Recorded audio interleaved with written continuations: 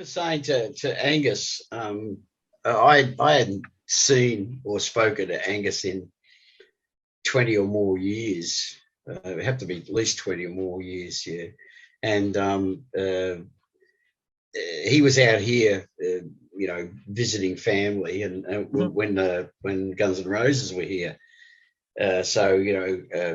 Axel had just done a stint with them, and so he was invited to get up and play the encore, as I'm always asked to get up and do Nice Boys with the Gunners because whenever they're here, they get us to do an opening support for them, and which makes sense. I mean, and yes, it does, and it's a lovely thing for them to do, and I've always been appreciative of it.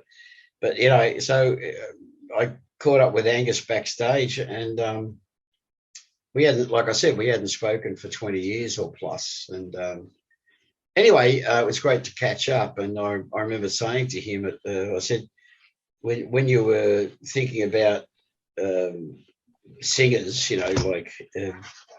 way back in the day when they got Brian, or particularly when they got Axel, I said, did you ever consider Sammy Hagar? And that's brilliant. That is a brilliant thought.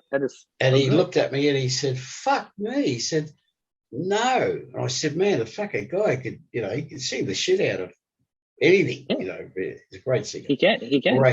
Great singer." And I said, that never occurred to you? And he went, "Mate," he said, "Mate, quite honestly," he said, "I didn't enter my mind." He said, "If it had," he said, he might have been.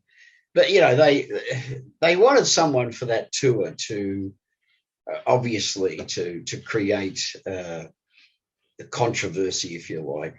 You do, and there's got to be a relatability of a certain fans. Sammy Hagar fans there's gonna be a crossover accepting AC/DC. Yeah. So Axel, yeah. I mean, Axel did a job. I mean, he's known for doing AC/DC. Oh, absolutely. I'm surprised you weren't on the short. I'm surprised you weren't on part of the short list for that either. I think it goes back to the early days, and I think Mark Evans tells the story that because people say, "Oh, why haven't the Tats ever done a tour with AC/DC?" Because it was the members of AC/DC that got us signed to Albert's in the first place. If it had to be from Malcolm and predominantly Bon. I mean, we had that association with Phil, but I'm not sure that Phil strongly went to bat for us, but he certainly would have said, "Look, you really should have a look at them." But it was Bon and Malcolm predominantly that really pushed for George and Harry to come and see us, and because they were excited with what we were doing musically. But they also, if Mark, and I don't doubt Mark tells the story accurately, but he tells a story that someone said, "Well, maybe what we should do is put the two bands out together." And George said, "That'll never happen." And he said, because we don't want the two bands. George paid us a compliment, but he said, "Well, Rose Tattoo should be, headlining in their own right." But anyway, he said, "But